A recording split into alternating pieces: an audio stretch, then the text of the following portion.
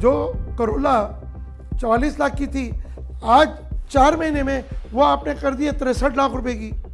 जो Honda civic 63 lakh की थी, वो 1 करोड़ और 2 लाख की आपने कर दी है। गाड़ी तो वही है, नई गाड़ी तो आपके पास ही नहीं, सीकेडी एसकेडी तो आपके पास नहीं है। वही सुजुकी जो 14 लाख की थी, वो आज 26 लाख की बेच रहे हैं। तो आपके पास स्टॉक था थोड़ा बहुत, तो वो आपने क्या किया कि उसके रेट इतने बढ़ा दिए। लेकिन आवाम को तो आप गाड़ी दे नहीं रहे। आवाम के पास जो बुकिंग का पैसा है उसकी तो गाड़ी आप दे नहीं रहे।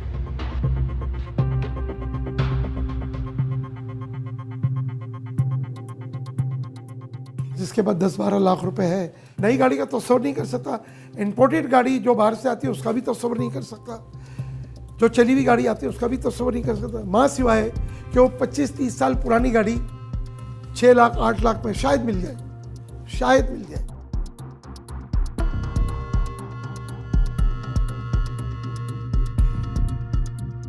लोकल कंज्यूमर जो है वो तकरीबन पहले गाड़ी खरीद लेता था जो 1 मिलियन की ऑलमोस्ट लेता था। आज उसकी घर में खड़ी हुई गाड़ी 2 मिलियन की हो गई है। यूँ तो वो बहुत खुश है कि उसकी गाड़ी 20 लाख रुपए की हो गई है, लेकिन बेचारा ये नहीं देख रहा कि उसकी जो मनी वैल्यू है वो डिक्लाइन के ऊपर लगी हुई है। ड्यू टू इन्फ्लेशन जो है, अगर आप 10 लाख रुपए की गाड़ी 20 लाख रुपए में ख़रीद रहे हैं तो ये कोई खुशी की बात तो नहीं है। मज़े की बात तो तब है कि आपने जो 10 लाख की गाड़ी खरीदी वो डेप्रिशिएशन लेवल के ऊपर जाकर 5 लाख और 6 लाख रुपए मिले। इट मीन्स आपकी मनी पावर जो है, वैल्यू है, वो ग्रोथ कर रही है। जो 13 लाख 14 लाख और 15 लाख रुपए का बाजार के अंदर लेकर आता था तो उसके घर में एक खुशी होती थी कि हम डिग्गी वाली गाड़ी घर लेके जाएंगे। अब वो 14-15 लाख रुपए के अंदर मेहरान भी नहीं लेके चाह पा रहा। इत्तफाक से मेहरान में इतना डील नहीं करते यूजुअली। तो मैंने किसी से पूछा, किसी ने फ़ोन करा कि यार मुझे मेहरान चाहिए, वो अब्रॉड रहता है बंदा ना, और उसने मुझे बोला कि यार एक छोटी गाड़ी मेहरान चाहिए बेगम के लिए सीखने के लिए। तो मैंने हाँ सही है, मैंने भी एक उसको वर्बली आइडिया दे दिया कि यार 6-7 लाख रुपए की होनी चाहिए, क्योंकि आज कोई बंद हुए हुए उसको 3-4 साल हो गए आज मैन्युफैक्चरिंग को। उसने बोला हाँ यार आवाज़ बहुत अच्छी है कि पहले बेगम को ले देता हूँ और लगेगी तो हमें कोई परेशानी नहीं है। यही जब मार्केट मालूम करी तो भाई 2012-13 की मेहरान 14 लाख रुपए की और 14.5 लाख रुपए की मिल रही है। मैंने माजत करी, और उसका आप इसका मुआवजा कर लें कि 14-14.5 लाख रुपए के अंदर वहाँ पे वो उसी खलीजी मुल्क के अंदर रहता है, स्पोर्टेज चला रहा है। हमारी गाड़ियों की क्या औकात है, आपके सामने बिल्ड क्वालिटी है और क्या प्राइस पे कर रहे हैं, और इन अगेंस्ट कंज्यूमर को क्या हम डिलीवर कर पा रहे हैं। मुझे ये कहीं रुकता हुआ दिख नहीं रहा। जब तक सेठ का बेटा सेठ आता रहेगा, रेट कभी भी नीचे नहीं आएगा।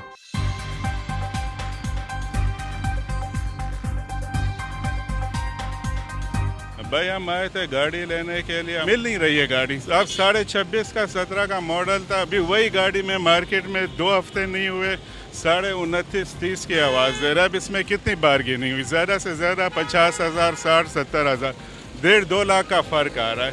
तो यही हिसाब चल रहा है पूरे मार्केट में। प्रॉफिट मार्जिन को भी देख के लोग अगर कोई सौदा बनाते हैं तो फिर वो कहते हैं कि यार महंगाई इतनी हो गई है ना, तो बस ये है कि बाज़ार जो है ना ठप पड़ा हुआ है, कोई सेल परचेज नहीं हो रही है मार्केट में।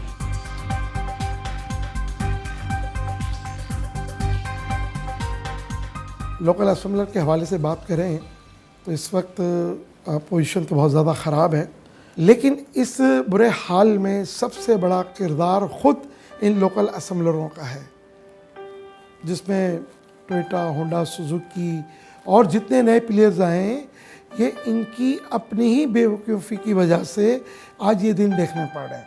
आज सुजुकी को जो है वो 40 साल से ज़्यादा का अरसा हो गया, आज तक हम असेंबलर्स हैं। 35 साल 36 साल टोयोटा और होंडा को हो गया, आज तक हम असेंबलर्स हैं। जब हम मुल्क में असेंबलिंग प्लांट लगाया था तो डिलीशन प्रोग्राम पे ये साइन हुआ था कि हम 5 साल बाद ट्रांसफ़र ऑफ टेक्नोलॉजी अपने मुल्क में लाएंगे। आज 40 साल हो गए, कोई ट्रांसफ़र ऑफ टेक्नोलॉजी हमारी मुल्क में नहीं आई।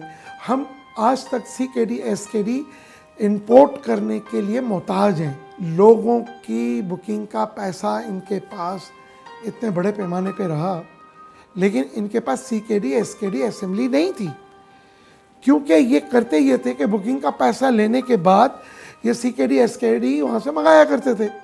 लेकिन इत्तफाकन हमारे मुल्क के हालात इतनी तेज़ी से चेंज हुए कि गवर्नमेंट को एलसी वगैरह खोलने के ऊपर बैंड लगाया कि जी डॉलर मुल्क से बाहर जा रहा है। हम तो ये बात पिछले कई अरसे से कह रहे हैं कि ये जो लोकल असेंबलर यहाँ कमा रहा है दो दो हाथों से, मुल्क की आवाम को भी लूट रहा है और हुकूमत को भी बेवकूफ़ बना रहा है। जबकि इनके पास इतने बड़े पैमाने पे बुकिंग थी तो इनके पास CKD SKD स्टॉक में होनी चाहिए थी, लेकिन इन्होंने जानबूझ के ऐसा नहीं किया। आवाम का पैसा बैंकों में रखा और बैंकों को भी इंटरेस्ट के ऊपर दिया, उसका भी इंटरेस्ट खाते रहे।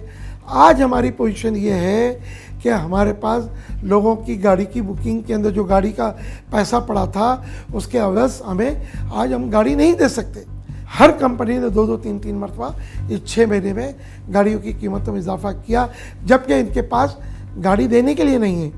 अब उसकी वजह से जो पुरानी गाड़ियाँ हैं वो भी ऊपर चली गई। जब इनके पास CKD SKD नहीं है तो ये कीमतें क्यों बढ़ा रहे हैं? ये सबसे बड़ी इसमें जिम्मेदारी हुकूमत की थी, मिनिस्ट्री ऑफ इंडस्ट्रीज़ की थी, EDP की थी, इंजीनियरिंग डेवलपमेंट बोर्ड की, कि इनकी तरफ क्यों नहीं ये देखा गया। और ना ही इसके अलावा जो हमारे मुल्क में और डिपार्टमेंट्स हैं, किसी ने इनसे पूछा कि जब आपके पास CKD SKD असेंबली नहीं है आप प्राइस क्यों बढ़ा रहे हैं? ये जुल्म नहीं है कि आप एक बुकिंग का पे ऑर्डर देते हो और पूरे से 6 महीने से 8 महीने वेट करते हो आर्टिकल का और पे ऑफ कर देते हो। कंपनी की बुकिंग का मिनिमम पे ऑर्डर जो है 1 मिलियन का है और उसकी प्रोडक्शन लेवल जो है वो तकरीबन 900 की है। तो 900 से अगर 1 मिलियन को मल्टीप्लाई करते हैं तो आज वो रकम उसने रिसीव कर ली है आज की तारीख के अंदर। और फिर उसके बाद बेचारा वो ये भी बाइंड है उस कंपनी से कि अगर ये प्राइस राइज हो जाएंगी तो वो भी उसने पे ऑफ करनी है। इवेंचुअली वो आप ही के पैसों को रोल ओवर करके उसी से माल मंगा के वही चीज़ आपको बेच रहे हैं और उसी पे नफ़ा भी कमा रहे हैं। एक तो नफ़ा वो तो कमा ही रहे हैं कि जेन्युइन प्रॉफिट और ग्रॉस प्रॉफिट चल रहा है, फिर उसके बाद जो गेन हो रहा है, जो उसके ऊपर डॉलर इफेक्ट आ रहा है, वो भी आपके ऊपर है। जो हाल है ना, तो उसके अंदर मुझे तो कहीं स्टॉप ओवर लग नहीं रहा है। हाँ, ये हो सकता है कि अब जितना बड़ी बड़ी जंप्स आई प्राइसेस के अंदर कि थोड़ा सा अब मिनिमम जंप के ऊपर आ जाए। हमेशा मार्केट वैल्यूएशन के अंदर 40,000 से 50,000 का फ़र्क देखा होगा। हमेशा अपग्रेड हो गया कि वो पुरानी गाड़ी थी हमारी, बहुत अच्छी गाड़ी थी, लाख रुपए का अपग्रेड हो गया। लेकिन अब ऐसा है कि भाई 3 हफ्ते के अंदर ना वैसी तकरीबन आप समझो कि 10 से 15 लाख रुपए का फ़र्क आ गया। मतलब 20 लाख की गाड़ी में 10 से 15 लाख रुपए का फ़र्क, मतलब अकल काम दंग रह जाती है। बाज़ों का देखें, हमारा तो ओढ़ना बिछोना हमारा यही है, उसके बावजूद भी हमारा आइडिया फेल हो जाता है। हम बोल रहे होते हैं किसी गाड़ी को, यार ये बस 29 लाख रुपए 28 लाख रुपए तक की बिकनी चाहिए। कंज्यूमर आके बोलता है मैंने 32 लाख रुपए की बेच दी। पहले कंज्यूमर आता था ना, तो जैसे कुछ आया, रुक गया, गाड़ी देखी, उसको हमने पैसे बताए तो उसको हम अपना कार्ड दे देते थे, ये हमने प्राइस आपको कोड करिए, ये वैलिड फॉर 3 डेज है, वैलिड फॉर 4 डेज है, without any token of money और without any commitment from him. लेकिन अब क्या है कि हम उसको 10 मिनट की भी कमिटमेंट नहीं दे सकते।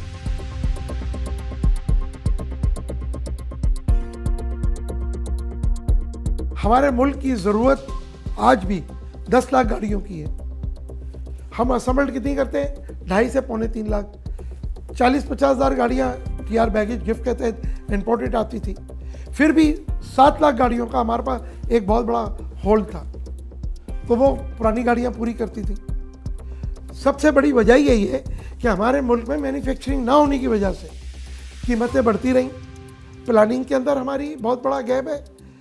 हमारा जो ये सारे सिस्टम को जो चलाने वाले लोग हैं, उनकी पॉलिसियाँ बहुत बुरी रही हैं।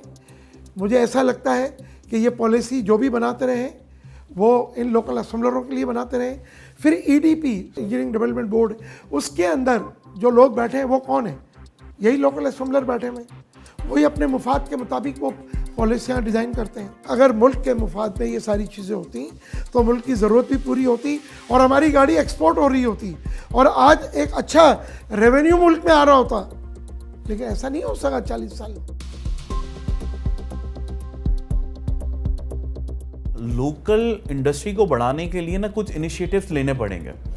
अब मैंने जैसे बात करी, जैसे बिग 3 बैठे हुए हैं, बिग 3 के कॉम्पिटिटर अगेंस्ट और कंपनीज खुली यहाँ पे, नए नए ब्रांड्स आ रहे हैं डेली बेसिस के ऊपर। लेकिन उन ब्रांड्स के पीछे कौन बैठा हुआ है? वही बेचारा पाकिस्तानी एक चाचा अब्दुल्ला बैठा हुआ है, जिसके पास ख़ानदानी मौरसी दौलत पड़ी हुई है। उसको पता है कि मार्केट का गेम क्या है। इवेंचुअली आप उसके अंदर अगर फ्रेंचाइज ओनर्स बताएंगे, मैं नॉट अ कंपनी ओनर्स, अगर फ्रेंचाइज ओनर उठाएंगे तो वो वही है जिनके पास दूसरी कंपनीज की भी फ्रेंचाइज मौजूद है। उसके अंदर कोई नया नहीं आ रहा।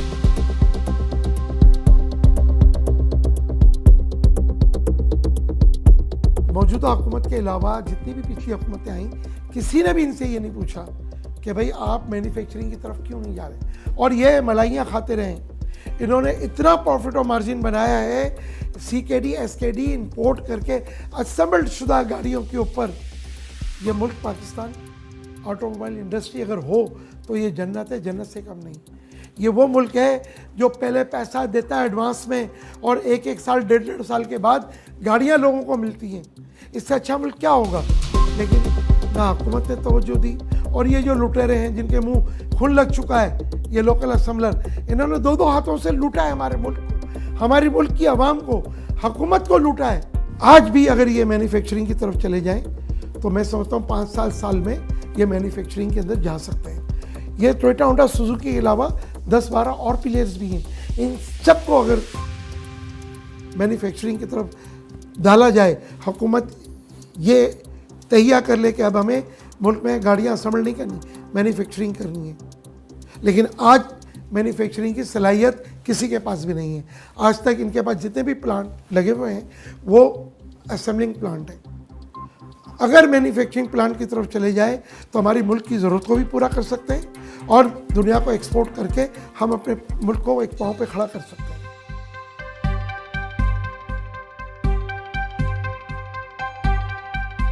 हमारी जो आवाम है ना, वो माशाल्लाह उस बिगड़े हुए बच्चे की तरह है जो बाप ने सबसे छोटा बच्चा नहीं पाला हुआ होता। सारे जो बड़े बच्चे होते हैं ना, उनकी तो सबसे ज़्यादा शामत होती है।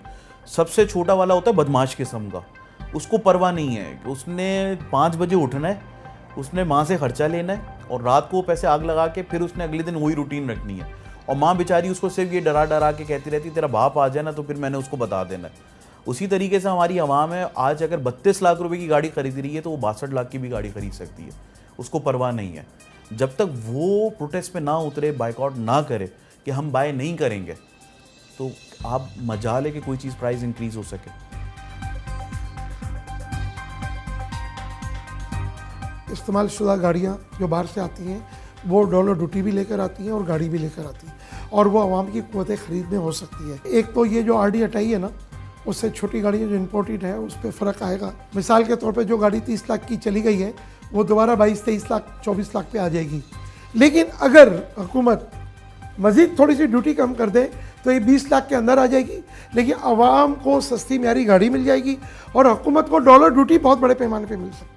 अब जो गाड़ियाँ आने वाली हैं, जो ये RD हटी है, उसके बाद ज़ाहिर है उसको आने में भी 1.5 महीना लगता है, और ये भी 8 दिन पहले ही 31 मार्च ख़त्म हुआ है।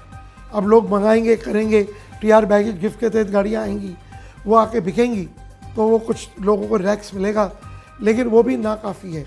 अगर हुकूमत एज लिमिट बढ़ा दे, जैसे कार में 3 साल है उसे 5 साल कर दे, जीप में 5 साल है उसको 7 साल या 10 साल कर दे, तो मैं समझता हूँ कि मुल्क की ज़रूरत भी पूरी होगी, हुकूमत को बहुत बड़ा रेवेन्यू मिल जाएगा डॉलर ड्यूटी कीमत में, और आवाम को सस्ती और म्यारी गाड़ी मिल जाएगी।